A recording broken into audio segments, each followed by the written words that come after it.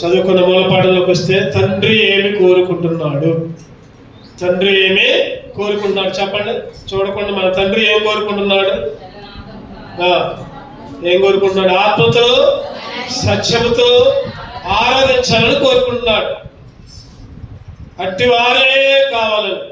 మన తండ్రి డబ్బులు ఇచ్చే వాళ్ళని కోరుకోవట్లా, లేకపోతే దాన ధర్మాలు చేసే వాళ్ళని కోరుకోవట్లా, లేకపోతే ఎక్కడికో పోయి గుండ్లు కొట్టించుకొని మన పనికిరాని వెంట్రుకల్ని ఆయన కోరుకోవట్లా, ఇంకేదో కోరుకోవట్లేదు. కానీ ఏం కోరుకుంటున్నాడంటే ఆత్మతో సత్యముతో ఆరాధించే వాళ్ళు ఉన్నారా, ఆయన స్తుతించే వాళ్ళు ఉన్నారా, అట్టి వారే కావాలని తండ్రి కోరుచున్నాడు. బలవత్వంలో ఆయన అసలు ఏమి కోరుకుంటున్నాడు, మనం ఎట్లా ఉంటున్నాం? క్లుప్తంగా కొన్ని విషయాలు ధ్యానం చేద్దాం. మొదటగా 2 పేతురు 3వ అధ్యాయం. తండ్రి ఆత్మతో సత్యంతో ఆరాధించాలని కోరుకుంటున్నాడు. అంతకంటే ముఖ్యముగా ఇంకా ఏం కోరుకుంటున్నాడంటే 2 పేతురు 2వ అధ్యాయం 2 పేతురు 3వ అధ్యాయం 9వ వచనం చదవండి. 2 పేతురు 3వ అధ్యాయం 9. కొందరు ఆలస్యం ఎంచుకున్నట్లు ప్రభువు తన వాగ్దానం గురించి ఆలస్యం చేయవాడు కాడు గాని ఎవడను నశింపబడని ఇచ్చేంపక అందరూ మారు మనసు పొందవాలని కోరుచు దీర్ఘశాంతము గలవాడై ఏం కోరుకుంటున్నాడంటే అందరూ మారు మనసు పొందాలని కోరుచున్నాడు. అందరూ మారు మనసు పొందాలి. ఏ ఒక్కరు కూడా విడవబడకూడదు. అందరూ మారు మనసు అంటే ఏంటి చెప్పండి? మారు మనసు అంటే ఏంటి? మనస్సు మార్చుకోవడం. మనస్సు ఒకప్పుడు ఉన్న వాటిని తీసివేసి నూతన మనస్సు, దేవునిలో ఉండే మనస్సు, మారు మనస్సుని పొందాలని ఎవరు కూడా ఆయనంట నశించిపోవాలని ఎవరిని కోరుకోవట్లేదంట. ఆయన నాశనాన్ని కోరుకోవట్లా, మనమైతే కోరుకుంటాం.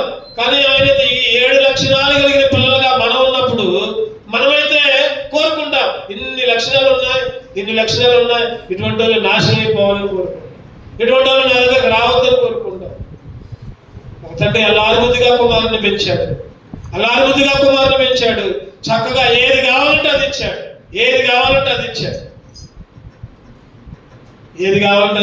చివరికి ఆ తల్లిదండ్రులు ఆ కుమారుడికి వివాహం చేసిన తర్వాత భార్య వచ్చిన తర్వాత అసలు తండ్రిని లెక్క చేయట్లా, తల్లిని లెక్క చేయట్లా. అప్పుడు నాకు చిన్నప్పటి నుంచి పెంచిన తల్లిదండ్రులను వదిలిపెట్టారు. భార్య ఏమో మనిద్దరు వేరేగా ఉండాల్సిందే అని భార్య పట్టుబట్టింది. ఇద్దరు వేరే దగ్గర ఉన్నారు. ఈ తల్లిదండ్రులు ఒంటరి వాళ్ళు అయిపోయారు, ముసలి వాళ్ళు అయిపోయారు. వీళ్ళు పట్టించుకునే వాళ్ళు ఎవరు లేరు. కానీ ఆ పిల్లలైతే దుర్మార్గంగా ఆస్తి మొత్తం లాక్కున్నారు. ఆ కుమారుడు కోడలు ఆస్తి మొత్తం లాక్కున్నారు. వాళ్ళు ఉండే ఇంటిని కూడా స్వాధీనం చేసుకొని వేరే వాళ్ళకి అద్దెకిచ్చి వాళ్ళని బయటపడేశారు. చివరికి వాళ్ళు ఎక్కడో సంపాదించుకొని ఆయనలో ఇళ్ళలో పాచి పనులు చేసుకుంటూ ఇష్టం వచ్చిన రీతిలో ఉంటూ ఒక సేటు గారి దగ్గర పోయి ఆ ఇంట్లో ఒక చిన్న గది ఉంటే ఆ గదిలోనే నివాసం చేసుకుంటారు. అటువంటి స్థితిలో అట్లా ఉండటం కూడా వీళ్ళకి ఇష్టం లేదు. నువ్వు అక్కడెక్కడో ఉంటామేంది, మా దగ్గర దగ్గరకు వస్తేనే పట్టించుకోవటం. అనుకోకుండా ఒకరోజు ఏం జరిగిందంటే ఆ కుమారుడికి యాక్సిడెంట్ కాగానే 2 కాళ్ళు తీసేశారు. 2 కాళ్ళు కూడా తీసేశారు. భార్య ఏమో పట్టించుకోకుండా వెళ్ళిపోయింది పుట్టింటికి. చివరికి ఎవరికైతే అయ్యారంటే చెప్పండి, ఎవరికైతే అయ్యారు? తల్లిదండ్రులే. తండ్రి అంటాడు, అరే చిన్నప్పటి నుంచి నేను పెంచా కదా, ఎంత లాగుముద్దుగా పెంచా, నీకు ఏది కావాలంటే అది ఇచ్చారా.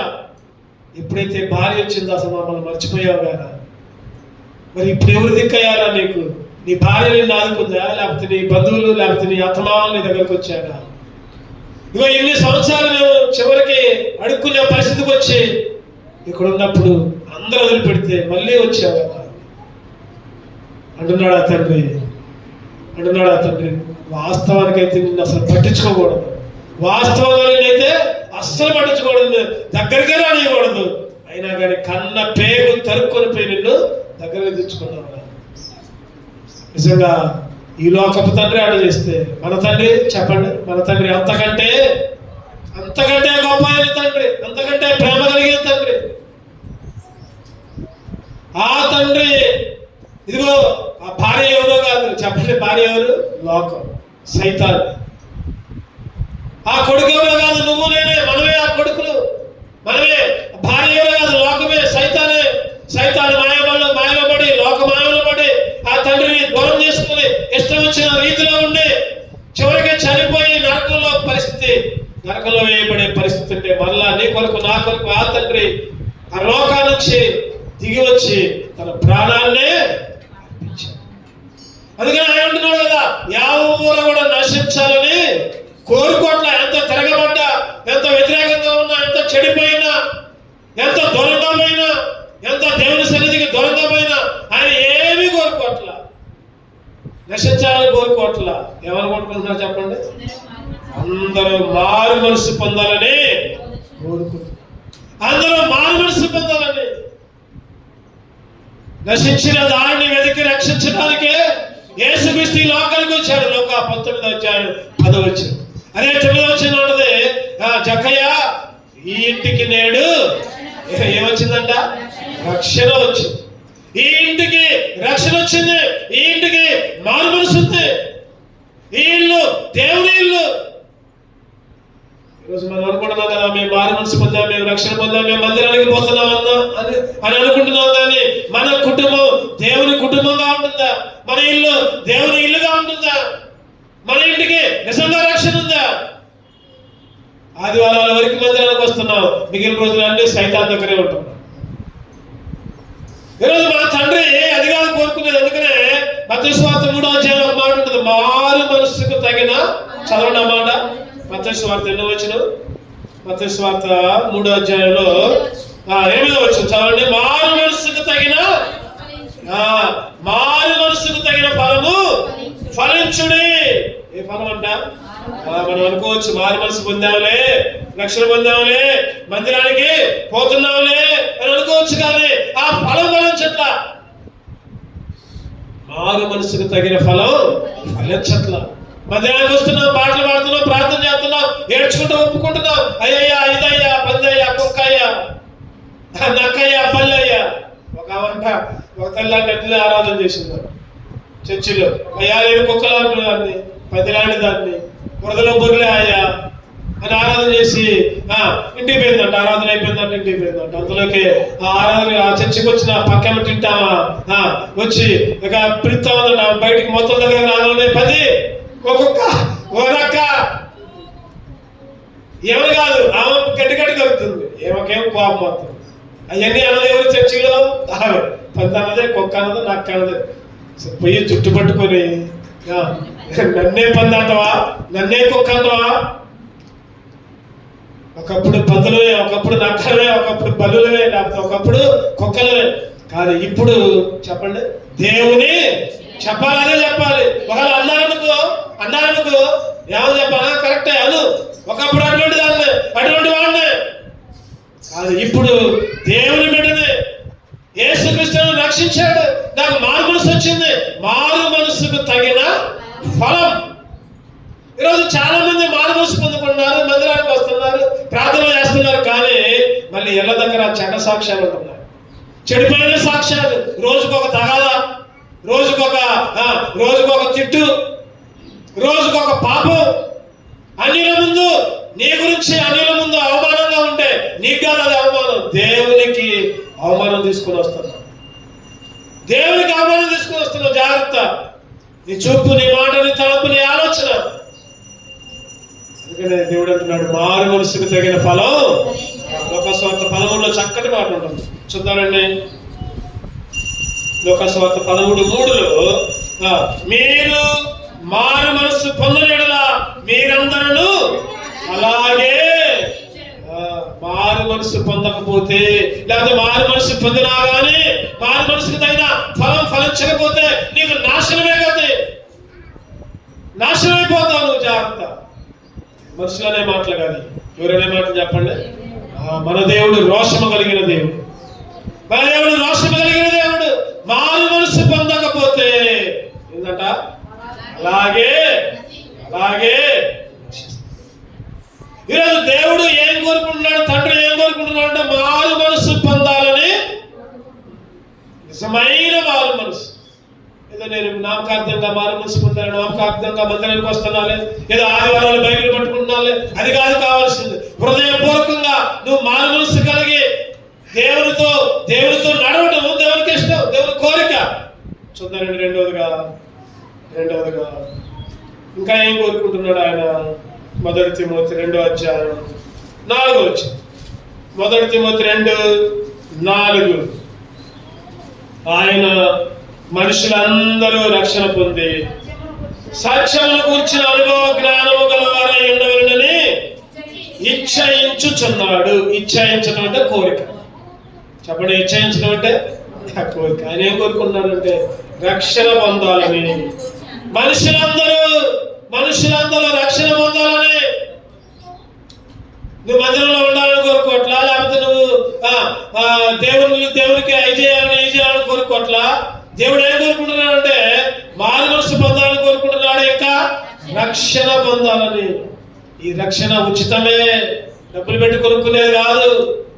చెప్పండి, డబ్బులు పెట్టి కొనుక్కునేదా? అస్సలు కాదు. డబ్బులు పెట్టి కొనుక్కునేది అయితే అందరూ కొనుక్కుంటారు. అందరు కొనుక్కొని పరలోకం కావాలని కోరుకుంటే లక్షల కోట్లు పెట్టాను కొనుక్కుంటారు. కొన్ని కోట్లు పెట్టానా కొనుక్కుంటా ఉంటారు. అట్లా కొనుక్కుంటే వచ్చేది కాదు ఇది. నీ హృదయాన్ని మార్చుకోవాలి, నీ మనసు మార్చుకోవాలి, నీ అలవాట్లు మార్చుకోవాలి, నీ తలంపులు మార్చుకోవాలి. అందుకనే ఇరుకు ద్వారాలను ప్రవేశించే వాళ్ళు కొందరే. ఎందుకంటే ఆయనే మార్చుకోలేరు. అబద్ధాలు ఆడకుండా ఉండలేరు, అసలు చెడ్డ చూపులు చూడకుండా ఉండలేరు, చెడ్డ మాటలు మాట్లాడకుండా ఉండలేరు, పాపాలు చేయకుండా ఉండలేరు. కానీ దేవుడు ఇరుకు మార్గంలో ప్రవేశించేది కొందరే అంటున్నాడు. అందుకనే ఇవన్నీ చేయలేరు కాబట్టే విశాలమైన మార్గం కోరుకుంటున్నారు చాలా మంది. విశాలమైన మార్గం అడిగిపోతే ఏ పనైనా చేయొచ్చు, పాపం చేయొచ్చు, అబద్ధాలు ఆడొచ్చు, దొంగతనం చేయొచ్చు, సినిమాలు చూడొచ్చు, సీరియల్ చూడొచ్చు, పక్క తిట్టొచ్చు. ఈరోజు మనుషులు కూడా అటువంటి కోరుకుంటున్నారు. ఇగో సంవత్సరం అంతా నీ ఇష్టం వచ్చినట్టు చేసుకో, పాస్టర్ గారు చెబుతున్నారు ఈ మధ్య. ఎవరు చెబుతున్నారంటే, అరే ఈ 40 రోజులు తల సొక్క తలపై చేసుకోరా, ఈ 40 రోజులు ఉండి చాలేగా. మన ఈ మధ్య సేవకుల మీటింగ్ జరిగితే ఒక పాస్టర్ గారు ఇంతే అంటే మేము కొద్దిగా ఖండించను. నేనే కొంతమంది ఉండే, అసలు మీ దగ్గర ఉందండి, వాళ్ళ దగ్గర కాదండి, వేసుకునే వాళ్ళ దగ్గర కాదు ఉండేది. చెప్పండి ఎవరి దగ్గర ఉంది? దాన్ని ఏపించే వాళ్ళ దగ్గర. అరే 40 రోజులే అట్లా ఉంటే ఎట్లా? మిగిలిన రోజులన్నీ పాపం చేయొచ్చా? మిగిలిన రోజులన్నీ ఇష్టం వచ్చినట్టు చేయొచ్చా? మిగిలిన రోజులన్నీ మందిరానికి రాకపోయినా పర్వాలేదా? ఆ 40 రోజులు ఉంటే చాలా. ముందు వేసుకునే వాళ్ళది కాదు తప్పు, ఏపిచ్చే వాళ్ళది తప్పు. మనం ఖచ్చితంగా మాట్లాడితే చిన్నపుచ్చుకొని పోయాడు, మీటింగ్లో కూడా ఉండకుండా పోయాడు. పేరు చెప్పండి. కానీ ఈరోజు ఎందుకు ఎట్లా తయారవుతుందంటే రాను సైతాను లోకాన్ని ఆశ చూపించి రక్షణ పొందాలే. నువ్వు ఏం కాదులే, ఇక నీ ఇష్టం వచ్చినట్టు జీవించు, ఇక నీ ఇష్టం వచ్చినట్టు. పేరుకి పండగలప్పుడు మంచిగా చేయండి, లేకపోతే ఇంకేదైనా సందర్భం వచ్చినప్పుడు మంచిగా చేయండి, పిల్లగాళ్ళు పుట్టినప్పుడు మంచిగా చేయండి, లేకపోతే పెళ్ళిళ్ళప్పుడు ప్రార్థన చేసుకోండి. కొన్ని ఎప్పుడే ప్రార్థన, మిగిలినప్పుడల్లా నీ ఇష్టం ఏమన్నా చేసుకో. అది కాదు రక్షణ అంటే. చెప్పండి, అది కాదు, అది వేషధారణ. బైబిల్ చెప్తుంది అది వేషధారణ అని, నామకార్థము క్రైస్తవ్యాన్ని. అటువంటిది స్థితిలో ఉన్నా ఒకటే, ఊడినా ఒకటే. అటువంటి స్థితిలో మందిరానికి వచ్చినా ఒకటే, రాకపోయినా ఒకటే. నిజమైన రక్షణ నిజముగా దేవుడు. రాత్రి మనం కొన్ని మాటలు చెప్పుకున్నాం. ఎవరు ప్రార్థన దేవుడు ఆలకిస్తాడు? చెప్పండి, ఎవరు రాత్రి వచ్చిన వాళ్ళు చెప్పండి, ఎవరు ప్రార్థన దేవుడు ఆలకిస్తాడంటే మనం అనుకుంటాం కదా, నా ప్రార్థన దేవుడు ఆలకిస్తాడులే, నేను ఏడ్చుకున్న ప్రార్థన చేశాను, నేను అది చేసుకుంటూ చేశానే, దేవుడు ఎంటర్లే అనుకుంటున్నాం. కానీ మన ప్రార్థన పైకప్పు కూడా దాటదు. పవిత్ర హృదయం కలిగి, శుద్ధమైన హృదయం కలిగి దేవుని చిత్తానుసారమైన ప్రార్థన చేసి, సందేహించకుండా ప్రార్థన చేసి, ఈరోజు పై మాటలు కాదు కావాల్సింది, విశ్వాసంతో దేవుని కార్యంలో ముందుకు సాగే వాళ్ళు అట్టి వారు కావాలని దేవుని కోరిక. ఎటువంటి వాళ్ళు కావాలని చెప్పండి? ఆత్మతో, సత్యం, యథార్థముతో కావాలని కోరుకుంటున్నాడు దేవుడు. ఈరోజు నీ మందిరం పట్ల నమ్మకం లేదు, నీ సంఘం పట్ల నమ్మకం లేదు, సేవకుడి పట్ల నమ్మకం లేదు. చెప్పండి, మన ఇంట్లో మంచి కూర చేసుకుందాం.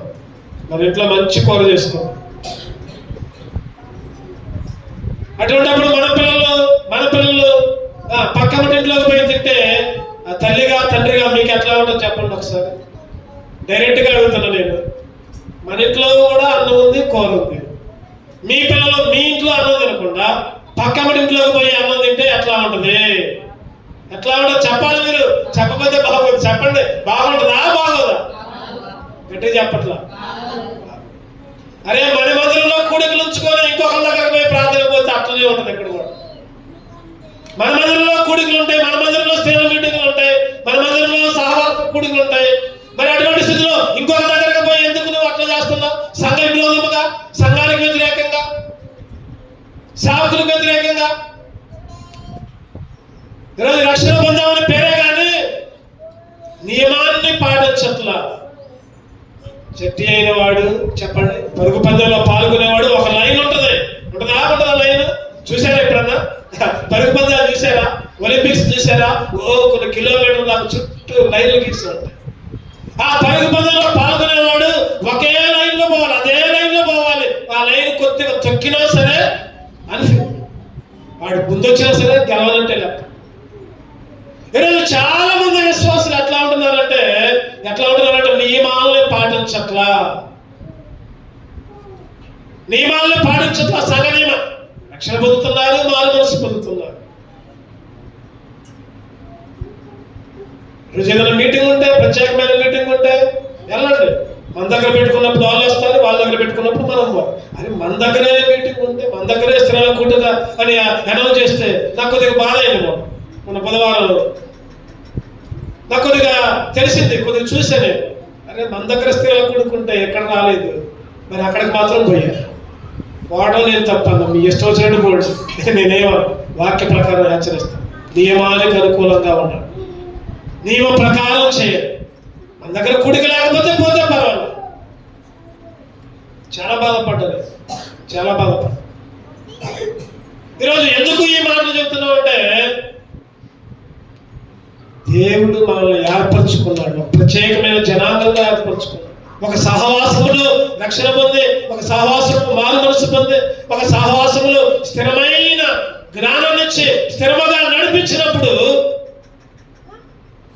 అందుకనే ఏమన్నాడు అక్కడ చదవడం వల్ల ఒకసారి తిమోతి 1 తిమోతి 2వ అధ్యాయం 8వ వచనది.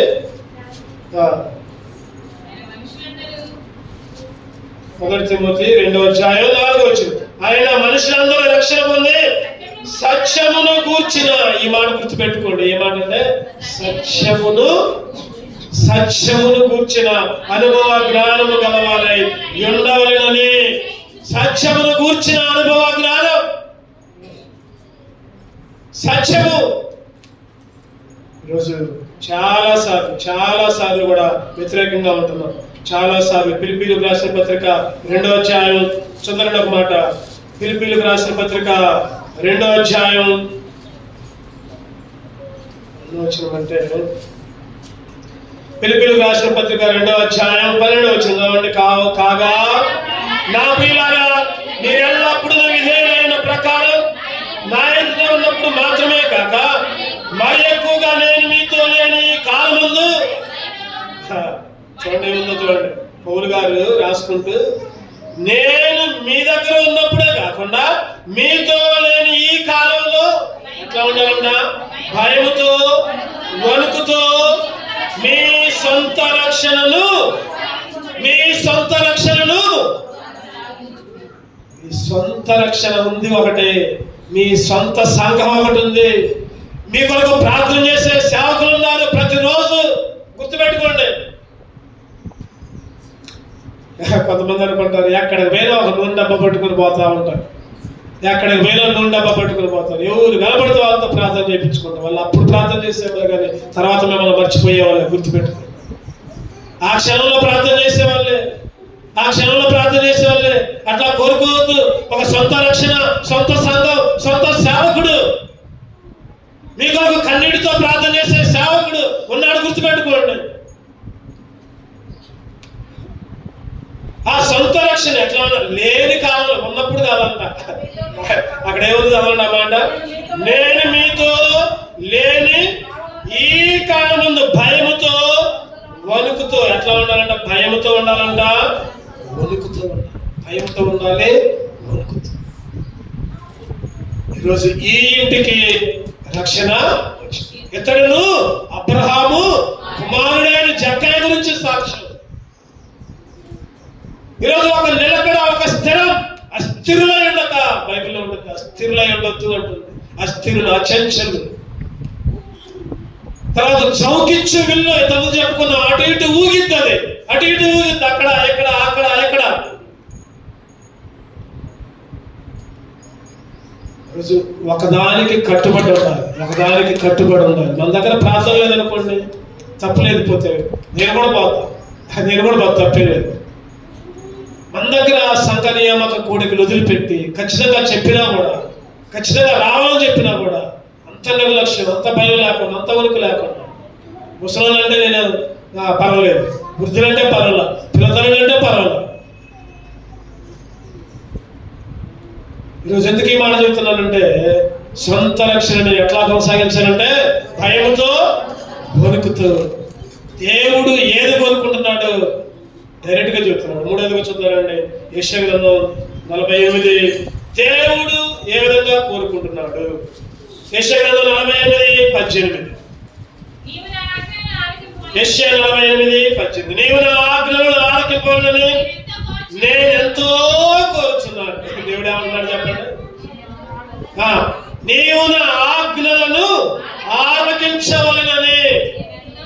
కింద కూడా ఉంది, ఆలకించిన ఎడలా నీ క్షేమము నది వలె, నీ నీతి సముద్ర తరంగము వలె. నీ క్షేమము నీతిలాగా. ఇంకా ఏముంది? నీ నీతి సముద్ర తరంగములో ఉండును, నీ సంతానము ఇసుక వలె విస్తారమగును, నీ గర్భఫలము దాని రేణుల వలె విస్తరించును. వారి నామము నా సన్నిధి నుంచి కొట్టివేయబడదు, మరవబడదు. ఇప్పుడు నువ్వు ధర్మశాస్త్రాన్ని అనుసరిస్తే, దేవుని ఆజ్ఞలని ఆలకిస్తే, ఇవన్నీ ఆలకించకపోతే ఇవి కూడా రివర్స్ అవుతాయి. రివర్స్ కావడం అంటే చెప్పండి, నీ గర్భఫలం అసలు విస్తరించదు, నీ సంతానం విస్తరించదు, ఆయన సన్నిధి నుంచి కొట్టివేయబడదంట, క్షేమం ఉండదంట, ఇంకా సముద్ర తరంగం లాగా ఉండదంట. మరి ఈ శాపాలన్నీ కావాలా, లేకపోతే ఆయన ఆజ్ఞలు పాటించి ఈ దీవెనలన్నీ కావాలా? చెప్పాలి, దీవెనలన్నీ కావాలి, కానీ ఆయన ఆజ్ఞలను ఆలకించాలని ఆయన కోరిక. ఈ దీవెనలన్నీ నీకు ఇవ్వాలనే కోరుతున్నాడు దేవుడు. ఈ ఆశీర్వాదాలన్నీ నీకు, నీ కుటుంబానికి ఇవ్వాలనే కోరుతున్నాడు దేవుడు. మరి కోరేటప్పుడు ఏమంటున్నాడంటే, ఆయన ఆజ్ఞలని ఆలకించాలి కదా. కోరంగలోనే ఇస్తాము, చెప్పండి, కోరంగలోనే ఇస్తాము. చెప్పిన మాట అంటేనే ఇస్తాం. చెప్పిన మాట లేకపోతే ఇస్తావా? మన పిల్లలకు కూడా ఇవ్వం, మన పిల్లలకు కూడా ఇవ్వం.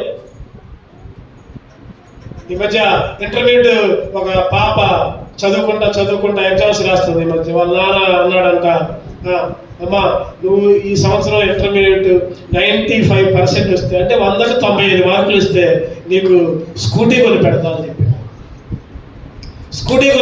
చెప్పినాడు జగ్గేపేటలో. చెప్తే ఆ అమ్మాయి వెంటనే నాకు ఫోన్ చేసింది. ఆ అమ్మాయి వాళ్ళ అమ్మ నా దగ్గర చదువుకున్న అమ్మాయి. ఆ అమ్మాయి ఇప్పుడు అంటుంది, సార్ ఇట్లా అన్నాడు మాట్లాడి, మరి నాకు 95% రావాలని ప్రార్థన చేయండి అని చెప్పి. నేను అన్నా, నువ్వు చర్చికి పోతున్నావా? నేను పోట్ల, మమ్మల్ని పోతున్నారంట. నువ్వు కూడా ముందు పో చర్చికి, పరీక్షలైనా చర్చికి వెళ్ళి. దేవుడు అప్పుడు నీకు మార్కులు ఇస్తాడు, అప్పుడు నీకు జ్ఞానం ఇస్తాడు. ఈ స్కూటీ ఉంటే వచ్చింది, లేకపోతే లేదు. నువ్వు మంచిగా చదువుకో, 95% రాకర్లా, మంచిగా పాస్ అయితే నువ్వు దేవుడి మీద అప్పచెప్పు, నువ్వు చదువుకో, దేవుడు ఇస్తాడు. నువ్వు ఎట్లా పాస్ అయినావు, తర్వాత నువ్వు ఇటువంటి స్కూటీలు ఇంకా 100 కొనుక్కోవచ్చు, నీకు మంచిగా ఉద్యోగం వచ్చి మంచిగా చేస్తావు. ఈరోజు ఈ లోకపు ఆశలు కాకుండా దేవుని ఆశలు నెరవేర్చే బిడ్డలుగా ఉండాలి మనం. దేవుని ఆశలు నెరవేర్చే బిడ్డలుగా ఉండాలి. దేవుడు ఏం కోరుకుంటున్నాడంటే, నీవు నా ఆజ్ఞలను ఆలకించాలని నేనెంతో, నీవు నా ఆజ్ఞలను ఆలకించాలి. దేవుని ఆజ్ఞలను ఆలకించాలి. దేవుని ఆజ్ఞలను ఆలకించాలి. నిజంగా దేవుని ఆజ్ఞలను పాటిస్తున్నామా? ఆదివారం దేవునికి ఇస్తున్నామా? ఆదివారం సమయం ఇస్తున్నామా దేవునికి? మనం బలం ఇస్తున్నామా దేవునికి? లేకపోతే మనకు వచ్చిన డబ్బుల్లో ఒక 10 రూపాయలు దేవునికి ఇస్తున్నామా? దశంభాగాలు దేవునికి ఇస్తున్నామా? ఏమో దేవుని ఆజ్ఞలు దొంగతనం వేస్తున్నాం. దేవుని మందిరానికి ఆలస్యంగా వస్తే సమయాన్ని నువ్వు చెప్పండి ఏం చేసినట్టు? 5 నిమిషాలు లేటుకు వస్తే 5 నిమిషాలు దొంగతనం చేసినట్టు. పావుగంట లేటుకు వస్తే పావుగంట దేవుని దొంగతనం చేసినట్టు. నేనేమి మిమ్మల్ని ఏమి చెప్పను, మిమ్మల్ని ఏమి అనలే, కానీ మీరే గుర్తుపెట్టుకో, దేవుని సమయాన్ని ఎంత దొంగతనం చేస్తాను. ఆయన ఆజ్ఞల్లో ఇది కూడా ఒక ఆజ్ఞే. మూడవదా రెండవదా చెప్పండి? రెండవది మొదటగా మారుమనస్సు పొందాలని కోరుకుంటున్నాడు. రెండవదిగా రక్షణ పొందాలని, సరైన రక్షణ పొందాలని కోరుకుంటున్నాడు. మూడవదిగా ఆజ్ఞలు పాటించాలని కోరుకుంటున్నాడు. అందుకనే ఆజ్ఞలు పాటించే వాళ్ళు ఎట్లా ఉండాలంటే ప్రత్యేకమైన జనం. అపొస్తలుల కార్యాల్లో ఉంటుంది, మూర్ఖులకు ఈ తరము వారికి వేరే ఉండాలి. మూర్ఖులకు ఈ తరము వారికి ప్రత్యేకముగా నిన్ను నీవే సజీవ యాగముగా, రోమీయులకు రాసిన పత్రిక 12వ అధ్యాయం 1-2 వచనం ప్రకారం మీ శరీరాన్ని ఆయనకి సమర్పించుకోండి సజీవ యాగముగా. నిజంగా సజీవ యాగంగా చదువుతారండి. రోమీయులకు రాసిన పత్రిక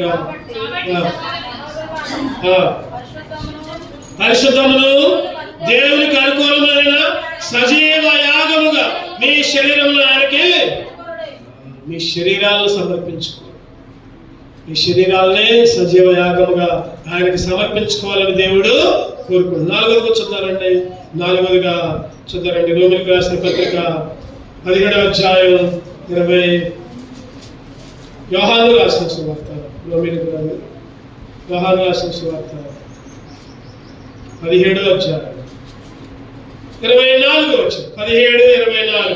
తండ్రి, నేనెక్కడ ఉందునో అక్కడ నీవు నాకు అనుగ్రహించిన వారును నాతో కూడా ఉండవలనని, నీవు నాకు అనుగ్రహించిన మహిమను వారు చూడవలనని కోరుచున్నారు. ఆయనతో నా మహిమను వారు చూడాలని కోరుచున్నారు. జగత్తు పునాది వేయబడక మునిపే నీవు నన్ను ప్రేమించితివి. ఇక్కడ తండ్రి ఏం కోరుకుంటున్నాడంటే ఆయనతో ఉండాలని. 4వదిగా చెప్పండి, తండ్రి ఏం కోరుకుంటున్నాడంటే ఆయనతో సహవాసము చేయాలని, ఆయనతో జీవించాలని, ఆయనలో కలిసి ఉండాలని. ఎప్పుడైతే ఆయనకు వేరుగా ఉంటుందో చెప్పండి, 15వ అధ్యాయంలో ఉంటుంది. 15వ అధ్యాయం యోహాను సువార్త 15:4. నా యందు నిలిచియుడి, మీ యందు నేను నిలిచియుందును. తీగ ద్రాక్షవల్లిలో నిలిచి ఉంటేనే కానీ తనంతట తాను ఎలాగూ ఫలింపదు, అలాగే నా యందు నిలిచి ఉంటేనే కానీ. ఎవరిలో నిలిచి ఉండాలి చెప్పండి? తీగ ద్రాక్షవల్లికి వేరైతే ఎండిపోదు. ద్రాక్ష తీగ ఉంది, పైన బాగా పందిరి మొత్తం వండుకుంది, పందిరి మొత్తం మంచి చిగురేస్తుంది ఆకులు. అందులోకి ఈ పైకెక్కిన కొమ్మ ఏమైందంటే తెగింది, కట్ అయింది. తీగ ద్రాక్షవల్లిలో లేదు, తెగింది. ఏమైంది? పైన ఫలించిద్దా? ఎండిపోద్దా? చెప్పాలి, ఎండిపోద్ది. ఎప్పుడైతే దేవుళ్ళలో ఉంటామో అప్పుడు మనం కూడా ఫలిస్తాం. దేవుళ్ళలో ఉండమో అప్పుడు ఎండిపోతాం. ఆయనలో ఉంటేనే ఆయనలో ఉంటే ఏం చేయాలి? నేను ఆయనలో ఉన్నా, నేను మందిరానికి పోతున్నాగా, నేను ప్రార్థన చేస్తున్నాగా, నేను బైబిల్ చదువుకుంటున్నాగా, నేను ఆయనలో ఉన్నాగా. చాలా మంది అనవచ్చు. ఆయనలో ఉన్న వాళ్ళు ఏం చేయాలంటే, రాత్రి చెప్పుకోండి, ఏం చేయాలంటే చెప్పండి, చచ్చిపోయిన వాళ్ళలాగా ఉండాలి. చచ్చిపోయినలాగా ఉండాలి. ఈ లోకంలో మృతులుగా ఉండాలి. ఆ కొలస్సీలకు రాసిన పత్రిక 3వ అధ్యాయంలో ఉంటుంది, మీరు క్రీస్తునందు ఉన్నవారైతే పైనున్న వాటినే చెప్పట్లా మీరు.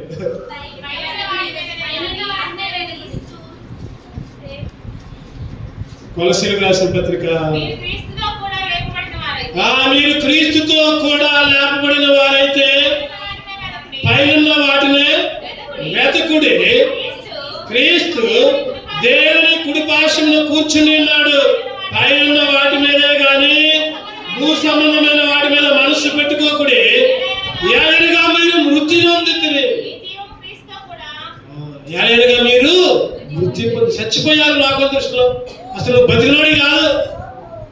చెప్పండి, ఎటువంటి ఈ మాట అంటే కోపం వచ్చింది. ఎవరైతే రక్షణ పొందారు, ఎవరైతే మారు మనసు పొందారు, ఎవరైతే బాప్తిసం తీసుకున్నారో వాళ్ళు లోకానికి ఎట్లా ఉండాలంటే చచ్చిపోయిన వాళ్ళలాగా ఉండాలి. చచ్చిపోయిన శవం దగ్గరకు పోయి బాగా మనమనలాడే నీళ్లు కాగి నీళ్లు పోస్తే ఏమన్నైతే ఏది కాదు. ఒక సూది పెట్టి గుచ్చితే ఏమన్నైతే శవానికి ఏది కాదు. లేదా ఒక బంగారపు చేయిస్తే ఏమన్నైతే లాభం వచ్చిందా? ఏమి రాదు. లేదా చచ్చిపోయిన దగ్గర పోయి ఎన్ని తిట్లు తింటే నీకు వచ్చినన్ని తిట్లు తిట్టినా ఏమన్నట్టడా? ఏమి రాదు. దేవుడు అంటున్నాడు, ఆయనలో ఉంటే నువ్వు కూడా ఎట్టుండాలంట, నువ్వు నేను ఒక మృతులైన వారిలాగా, చనిపోయిన వారిలాగా. ఎవరు ఏదన్నా అనుకోని నేను చచ్చిపోయా, నాకేం రావాలి, నేను దేవుళ్ళో బ్రతుకుతాను. ఎవరిలో బ్రతుకుతున్నాం మనం చెప్పండి? ఆయనలో ఉంటున్నాం. ఆయనతో అంతగట్టబడి పైన వాటినే ఈరోజు చాలా మంది భూ సంబంధమైన వాటినే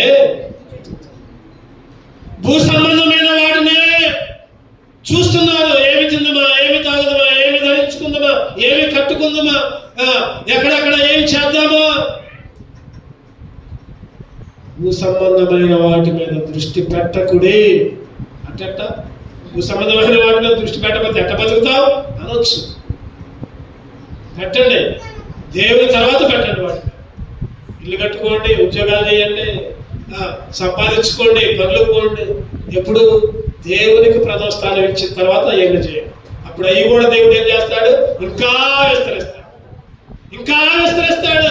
రెండంతా ఆశీర్వాదం కుమరిస్తాడు. నువ్వు ఏ పని చేసినా పైవాడిగా ఉంటావు కానీ కింది వాడిగా ఉండవు. నువ్వు తలగా ఉంటావు కానీ తోకగా ఉండవు. ఉన్నతమైన స్థితిలో ఉంచుతాడు. ఈ లోకపు ఆశీర్వాదాలు వస్తాయి, పర సంబంధమైన ఆశీర్వాదాలు కూడా. ఇప్పుడు ఆయనలో ఉంటే, ఆయనతో సహవాసం చేస్తే, లేకపోతే ఎండిపోతావు. అందుకనే దేవుడు ఏం కోరుకుంటున్నాడంటే నాలో ఉండు అని కోరుకుంటున్నాడు. నాలో ఉండు, నాతో సహవాసం చే, నాలో జీవించు. జీవింతు నేను ఇక మీదట నా కొరకు కాక యేసు కొరకే జీవింతును. జీవింతు నేను ఇక మీదట నా కొరకు కాక యేసు కొరకే జీవింతును. జీవింతును జీవింతును జీవింతును జీవింతును. ఎవరి కొరకంట? మనమేమో మన కొరకే, మనమేమో మన పిల్లల కొరకే. ఈరోజు దేవుని కొరకు జీవించేవాడిగా ఉండాలంటే దేవునితో అంటకట్టబడిన స్వభావం కలిగి ఉంది. దేవునిలో ఉండు, ఆయనలో ఉండాలని ఆయన కోరుకుంటున్నాడు. చివరిగా ఇంకొకటి చూసుకొని మనం ముగించుకోవాలి. దేవుడు అట్టివారు కావాలని కోరుకుంటున్నాడు. 4 లక్షణాలు చెప్పండి. ఒకటిగా ఏం కోరుకుంటున్నాడు? ఇంకా మారు మనసు లేదా? ఇంకా రక్షణ లేదా? ఇంకా బాప్తిస్మం అనుభవం లేదా? దేవుడు నిన్ను ఎట్లా ఉండాలని కోరుకోవట్లేదు. మారు మనసు పొందు, నీ మనసు మార్చుకో, రక్షణ పొందు, ప్రత్యేకమైన జీవితం జీవించు. మూడవదిగా ఏం కోరుకుంటున్నారు చెప్పండి?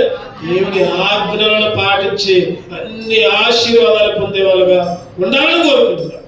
4వదిగా ఆయనలో ఉండాలని కోరుకుంటున్నాడు. 5వదిగా చూద్దారండి. 5వదిగా యోహాను సువార్త మనం చదువుకున్న భాగాన్ని చదువు. 4వ అధ్యాయం యోహాను సువార్త 4 23. అయితే యథార్థముగా ఆరాధించువారు ఆత్మతోను సత్యముతోను తండ్రిని ఆరాధించు కాలం వచ్చుచున్నది. అది ఇప్పుడు వచ్చేది.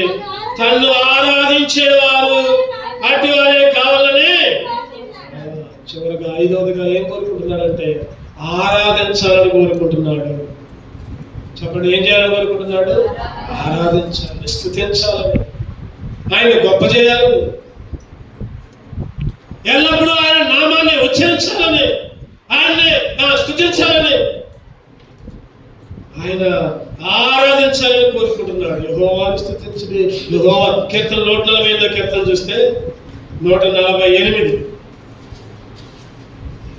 దావీదు గారు ఏమంటున్నారంటే చదవండి, యెహోవాను స్తుతించుడి మా దేవునికి, మన దేవుడు ఆకాశవాసులారా యెహోవాను స్తుతించుడి, ఉన్నత స్థలంలో నివాసులారా. ఈ వచనాలన్నీ అంతే ఉంటాయి. ఈ వచనాలన్నీ స్తుతించుడి స్తుతించుడి స్తుతించుడి. ఫస్ట్ పాట అదే పాడుకున్నాం. ఆ పాటకు చాలా మంది రాలా. స్తుతించుడి మీరు స్తుతించుడి యెహోవా దేవుని స్తుతించుడి స్తుతించు. యెహోవాను స్తుతించుడి. స్తుతి చేయాలి దేవునికి, దేవునికి ఆరాధన చేయాలి. ఎప్పుడు మేలు జరిగినప్పుడే కాదు, కీడు జరిగినప్పుడు కూడా, ఎప్పుడు కలిసి వచ్చినప్పుడే కాదు, నష్టం వచ్చినప్పుడు కూడా, ఎప్పుడు ఆరోగ్యం ఉన్నప్పుడే కాదు, అనారోగ్యం ఉన్నప్పుడు కూడా, ఎప్పుడు సంతోషం ఉన్నప్పుడే కాదు. చెప్పండి, కష్టం ఉన్నప్పుడు కూడా, కష్టం ఉన్నప్పుడు కూడా దేవుణ్ణి స్తుతించాలి. దేవుణ్ణి స్తుతించే వాళ్ళముగా నువ్వు ఉండాలి. మన ఇంట్లో పంటలు పండకపోయినా, పశువులు పాలేకపోయినా, మన హబక్కూకు అంటాడు చివరి అధ్యాయంలో చివరి వచనాల్లో. హబక్కూకు చదవండి అన్నమాట. హబక్కూకు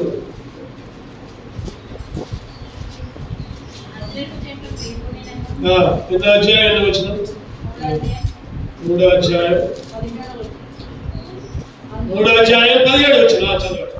అంజూరపు చెట్లు పూయకుండును, ద్రాక్ష చెట్లు ఫలింపకపోయిను, ఒలీవ చెట్లు కాపు లేకుండును, చేనులో పంటకు రాకపోయిను, గొర్రెల దూడిలో లేకపోయిను, సాలో పశువులు లేకపోయిను, నేను యెహోవా యందు ఆనందించను, నా రక్షణకర్త నా దేవుని యందు నేను సంతోషించను.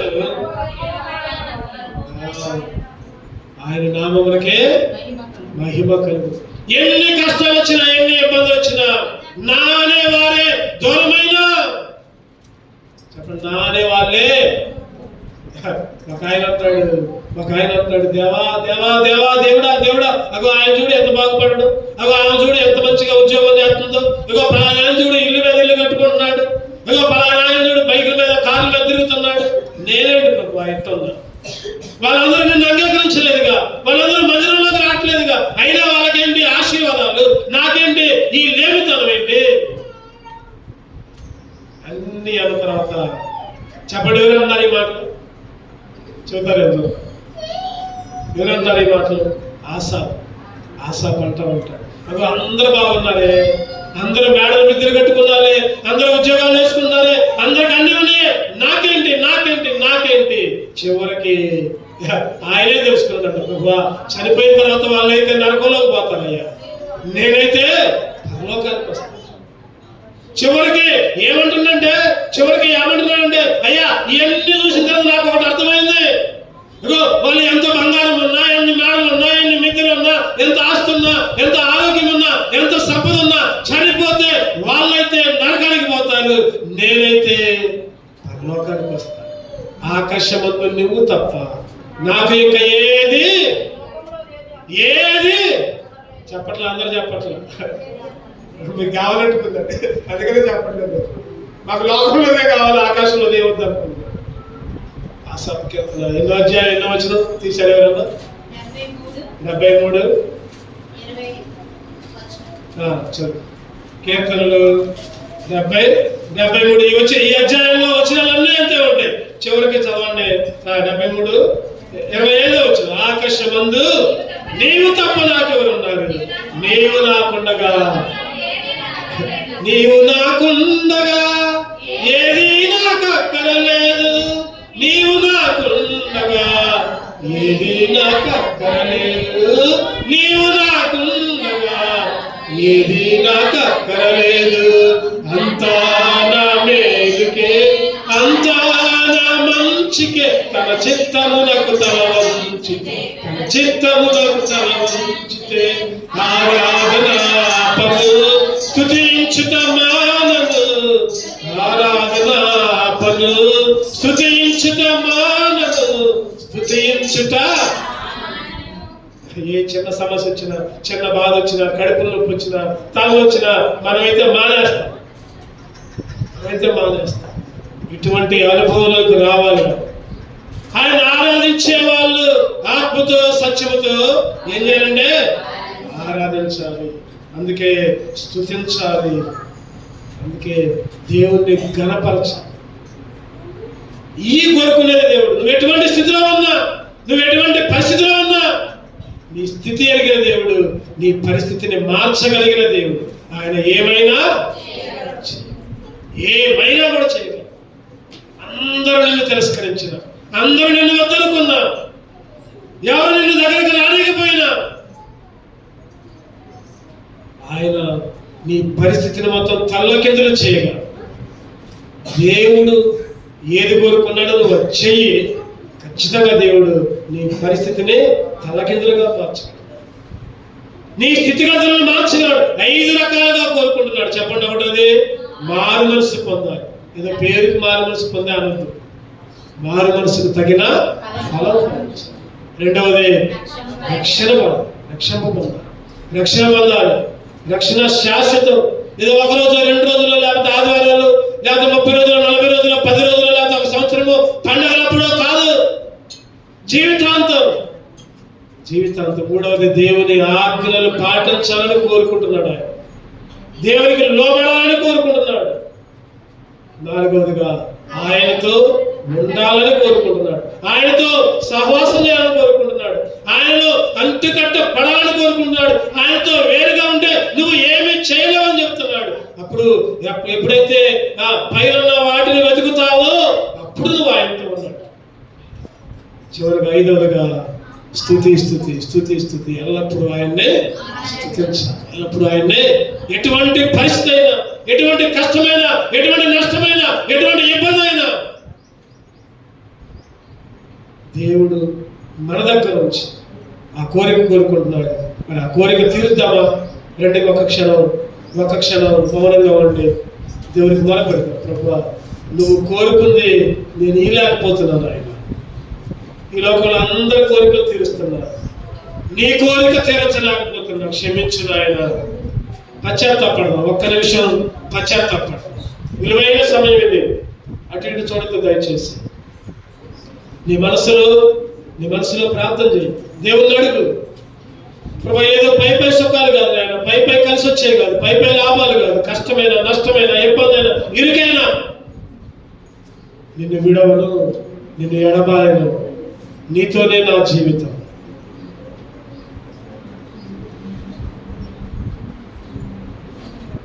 మారు మనసు పొందా కానీ ఫలించట్లా. రక్షణ పొందా కానీ సొంత రక్షణ కాపాడుకోలేకపోతున్నా. ప్రభా, నీ ఆజ్ఞలను వింటున్నా కానీ పాటించలేకపోతున్నా. ప్రభా, పైన వాటిని వెతకమంటే ఈ లోకంలో వాటిని వెతికి నీకు దూరంగా ఎండిపోతున్నాను ఆయన. ప్రభా, ఎల్లప్పుడూ కష్టమైన, నష్టమైన నిన్ను స్తుతించలేకపోతున్నా. మేలు జరిగితే నా దేవుడు మంచోడు, నాకు మేలు చేశాడు అంటున్నా.